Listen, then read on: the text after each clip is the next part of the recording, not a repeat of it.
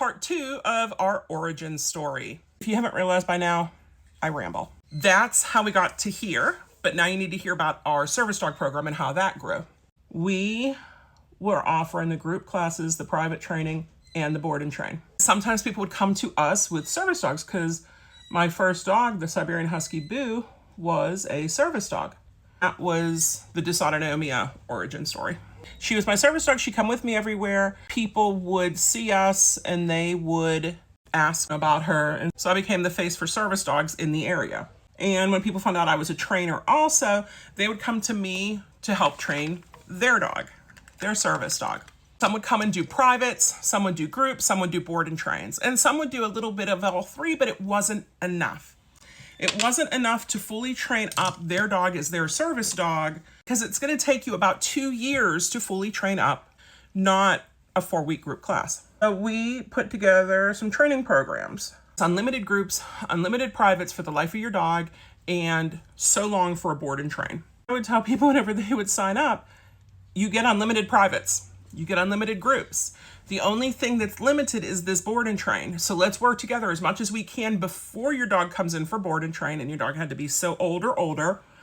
So your dog knew me. I knew your dog. I knew what your dog needed working on. We're more successful. Worked out so much better to have that continuity, to be there for them every step of the way. I had the podcast at the time, which is called Service Dog Success. I sometimes do an episode. I keep saying, I'm going to get back and do it. But I honestly don't have the time right now to do a weekly podcast, but I can do these because I'm multitasking.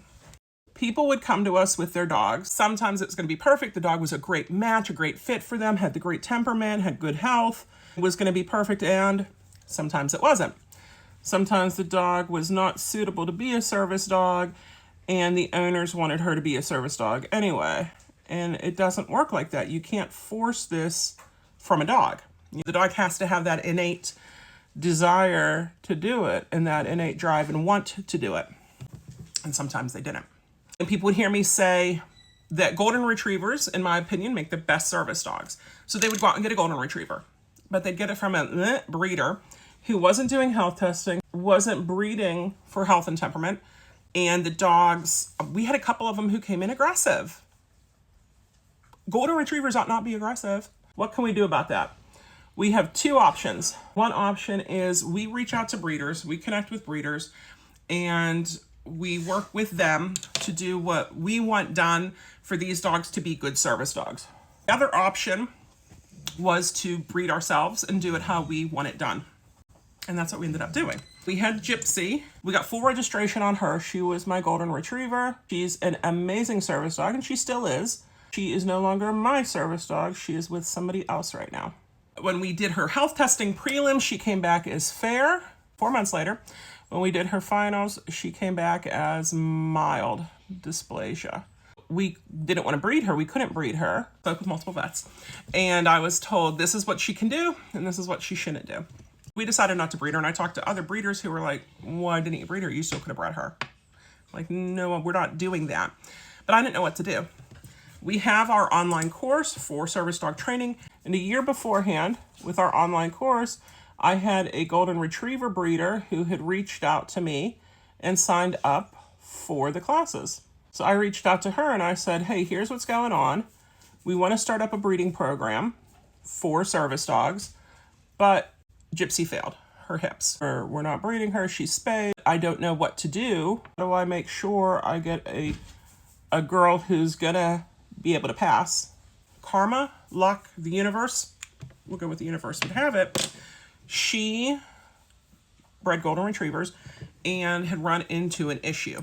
She was not allowed to breed currently.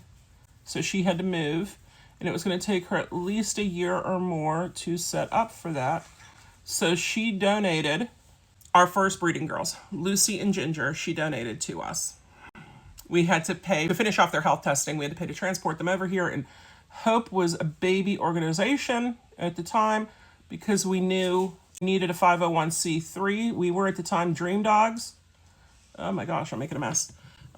We were Dream Dogs for the longest time, business-wise. And Dream Dogs with a Z which got to be really annoying after a while. That Z at the end of Dream Dogs was driving me batty. I had someone write out a check, Dream Dogs with a Z. And we knew we had to change that name because we had outgrown it. So we changed it to Heart and Soul Dog Training. And I like that a lot more because we wanted the dogs to work with heart and soul, especially since we were doing so many service dogs. But we knew we needed a 501c3 nonprofit. We didn't know what we were going to do with it. I just knew we needed one. And I had looked into it for years, but it was too much. It was too much work. Steps you had to take, and I didn't want to. I was so uncertain. I kept putting aside. Finally, I was like, no, we've got to do this. And we did. We did Hope Service Dogs as a 501c3 nonprofit. And so she made the donation to Hope. That was the start of our breeding program. Because I'm a little bit of a control freak, I can control everything. We have one of our puppy owners coming this morning to visit with their pup. I haven't met them yet, and I'm so excited and how that pup is going to change her life. And that's what it's all about.